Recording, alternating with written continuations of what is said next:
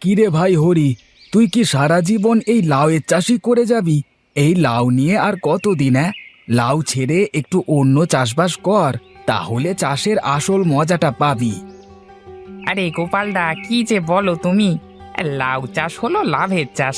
তাছাড়া যাই চাষ করতে যাই না কেন, তাতেই অনেক অনেক টাকা লাগে। আর এইদিকে আমি ফ্রিতে লাউয়ের বীজও পেয়ে যাই, আবার এইদিকে বাড়তি কোনো খরচও নেই। তাহলে আমি কেন অন্য জিনিস চাষ করতে যাব বলো দেখি? হ্যাঁ রে, কথাটা তুই খারাপ বলিসনি। সব সময় একই ফসল চাষ করিস বলে তাই বললাম আর কি। তবে এক জমিতে এক ফসল বারবার ভালো হয় না, তাই মাঝে মধ্যে অন্য চাষ করা ভালো, বুঝলি? হ্যাঁ গো গোপালদা, আমি অবশ্য মাঝে মাঝে ভাবি অন্য কিছু চাষ করব, কিন্তু লাউ চাষে যে খাটনি নেই, তাই আমি লাউ চাষ করি। আর খাটনি কম করে বেশি লাভ হলে কেন অন্য চাষ করতে যাব বলো দেখি একটু আমাকে? ও আচ্ছা, তাহলে এই কারণে তুমি সারা বছরই লাউ চাষ করো। আচ্ছা, তোমার যা ভালো মনে হয় তাই করো। আমি যাই গো দাদা, বুঝলে? হ্যাঁ হ্যাঁ, যাও যাও। দেখি সুযোগ সন্ধান পেলে একবার বাসনা ধানের চাষ করে দেখব। শুনেছি এই ধানে নাকি বেশ ভালো ফলন হয়। আরে বাসনা ধান না গো, বাসমতি ধান। এই ধানের অনেক দাম গো, আর খেতেও বেশ ভালো লাগে, বুঝলে দাদা? হ্যাঁ গো গোপালদা, তাহলে এবার লাউ উঠিয়ে বাসমতি ধানের চাষ করব ভাবছি। তাহলে এক কাজ করবে, আমাকে চাষের আগে জানিও। আমি ভালো বীজের বন্দোবস্ত করে দেবো নে দাদা। আচ্ছা আচ্ছা, ঠিক আছে।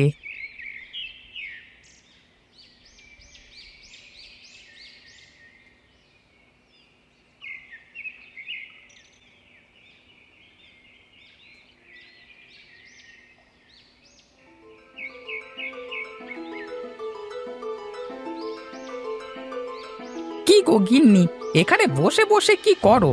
অনেক ক্ষুধা পেয়েছে। যাও কটা খেতে দাও দেখি। খেয়ে দে বাজারে যেতে হবে লাউ নিয়ে। বেলা হলে আর ভালো দাম পাবো না তো। আচ্ছা আচ্ছা, যাচ্ছি গো যাচ্ছি। খাটনি করে আসলে দুদণ্ড বসো আগে। না গো গিন্নি, আগে খাবার দাও। বসেই তো খাবো। খেতে খেতে জিরানোটাও হয়ে যাবে, আমার সময়টাও বেঁচে যাবে। তোমাকে নিয়ে আর পারি না। মানুষ নাকি খেতে খেতে বিশ্রাম করে? এসো ঘরে এসো, খাবে চলো।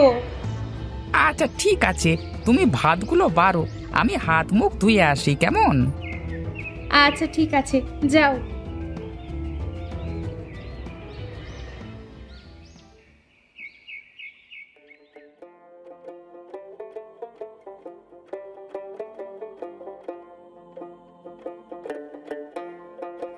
কি যে বলো গিন্নি, তোমার হাতের লাউয়ের তরকারি খেয়ে কি আর বিরক্ত লাগতে পারে নাকি?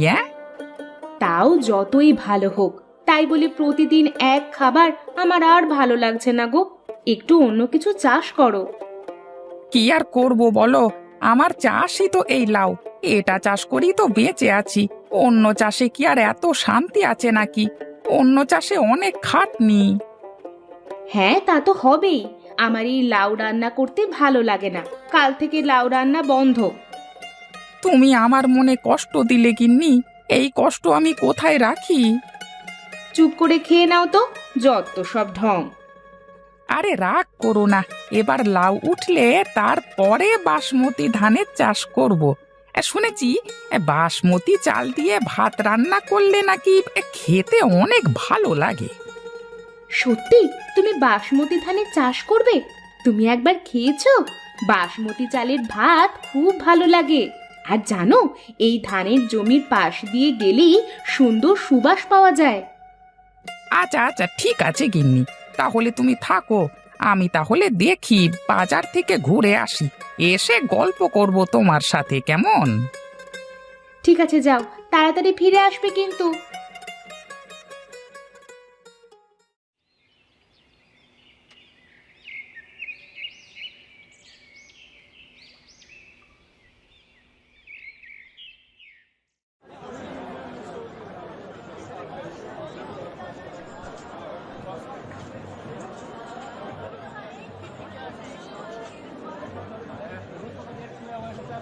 এই যে দাদারা, আসুন আসুন, ক্ষেতের একদম টাটকা লাউ নিয়ে যান একদম কম টাকায়। এই যে দাদা, লাউ কত করে বিক্রি করছো?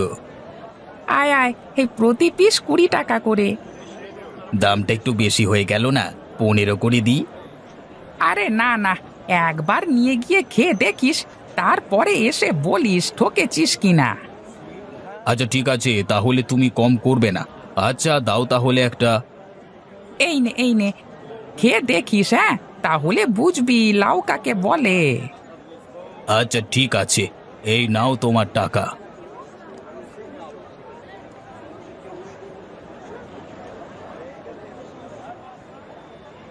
যাক, আজ ভালোই বেচা কেনা হলো। বউ আমার এক তরকারি বারবার খেতে পছন্দই করে না। হ্যাঁ, দেখি বউটার জন্য এই হোটেল থেকে কিছু একটা নিয়ে যাই।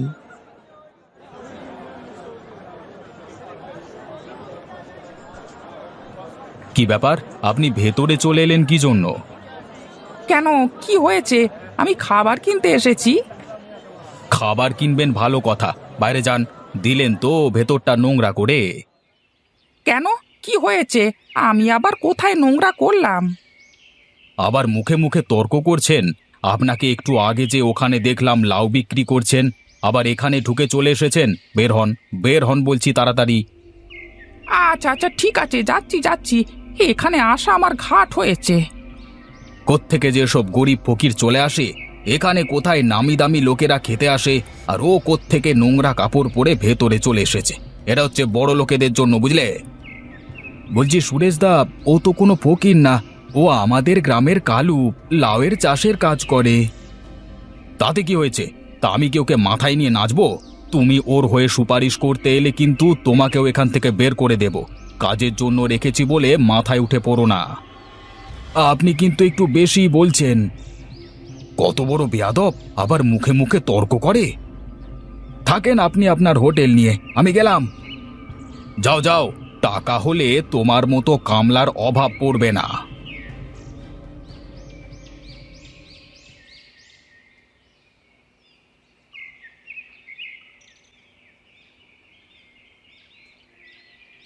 কিরে হরি, বাজার করে বাড়িতে ফিরলি মনে হচ্ছে। আবার থলের মধ্যে লাউও দেখা যাচ্ছে যে। তা লাউ বেচে লাউ কিনলি নাকি? আরে কি যে বলিস তুই, আমি তো লাউ চাষ করা একেবারে বাদ দিয়ে দিয়েছি। এখন আমি বাসমতি ধান চাষ করি। তা এতদিন কোথায় ছিলি? সেদিন হোটেলের ঘটনার পর থেকে তোকে আর খুঁজে পেলাম না যে আমি।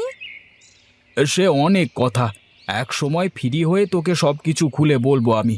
এখন আসি রে। হ্যাঁ, না না, আমি শুনছি না।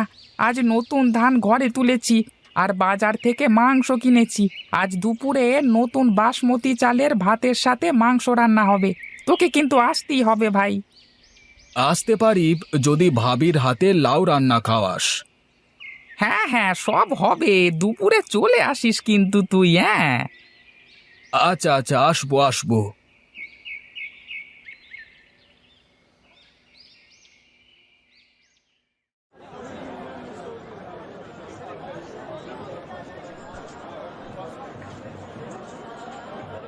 আরে আরে, ওখানে এত ভিড় কেন লেগেছে?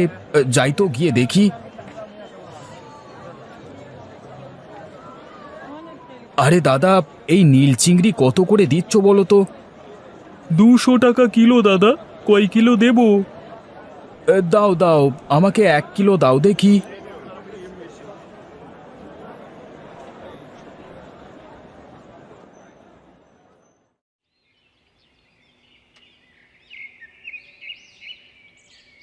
আরে বৌদি, কেমন আছো? আরে গোপাল দাদা যে, এসো এসো, বসো। কেমন আছো তুমি? হ্যাঁ হ্যাঁ, ভালো আছি। যাক, ভালোই করেছিস এসেছিস। ভাত মাংস রান্না প্রায় শেষ।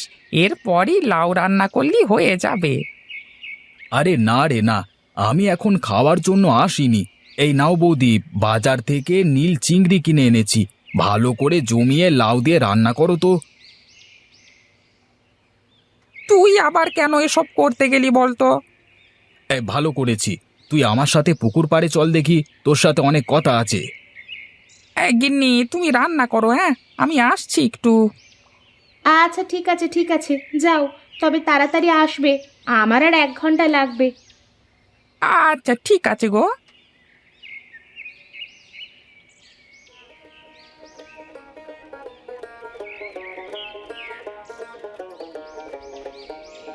এবার বল দেখি গোপাল, এই 6 মাস কোথাও উধাও হয়ে গেছিলিস? সেদিন হোটেলের মালিক আমাকে অপমান করবার পরে সারা রাত আমি ঘুমাতে পারিনি। তোর মনে আছে ওই হোটেলের মালিক আমাকে কামলা বলে ডেকেছিল? আরে ব্যাপারটা তো আমারও খুব খারাপ লেগেছিল, কিন্তু এর সাথে তোর 6 মাস নিখোঁজ হয়ে যাওয়ার সম্পর্কটা আমি ঠিক বুঝলাম না তো। আমি শহরে গেছিলাম, 6 মাস চাকরি করে অনেকগুলো টাকা গুছিয়েছি। এখন ভাবছি ওর হোটেলের পাশে একটা হোটেল দেব, যাতে ওর ব্যবসা বন্ধ করতে পারি। কিন্তু ওর ব্যবসা কি করে বন্ধ করবি? নতুন হোটেল কি ঠিকঠাক চলবে? আমি সব বন্দোবস্ত করে ফেলেছি, যদি তুমি আমার সাথে থাকো তাহলেই হবে। আমি একা একা তো আর হোটেল সামলাতে পারবো না। তা না হয় থাকলাম, কিন্তু কোনো কিন্তু নয়, আমার সব বুদ্ধি হয়ে গেছে, এখন শুধু একটা ভালো রাঁধুনি খুঁজতে হবে। আচ্ছা, এই এলাকায় রাঁধুনির কোনো অভাব নেই। এই চল চল, দুজনে খেয়ে দে, তারপরে রাঁধুনির সন্ধানে বের হব। আচ্ছা ঠিক আছে, চল যাই।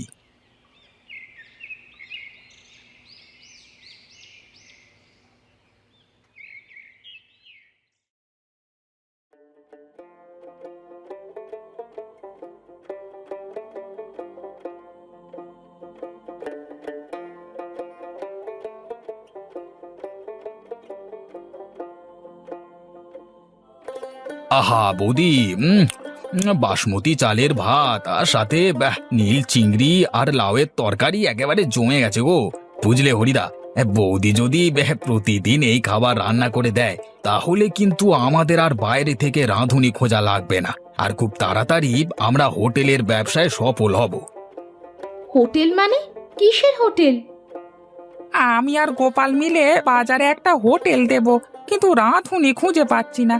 তুমি কি পারবে প্রতিদিন হোটেলে গিয়ে রান্না করতে? হ্যাঁ, যদি বাড়িতে রান্না করা না লাগে তাহলে তো পারবে। আমার তো বাড়িতে রান্না করা ছাড়া আর কোনো কাজ নেই। আরে তাহলে তো হয়ে গেল, সারা দিন রাত আমরা তো হোটেলেই থাকবো, তাহলে আর বাড়িতে রান্না করা কেন লাগবে? আচ্ছা ঠিক আছে, তাহলে এই সপ্তাহের মধ্যে হোটেল চালু করে ফেলি। কি বলিস তুই গোপাল? হ্যাঁ হ্যাঁ, তাই হবে।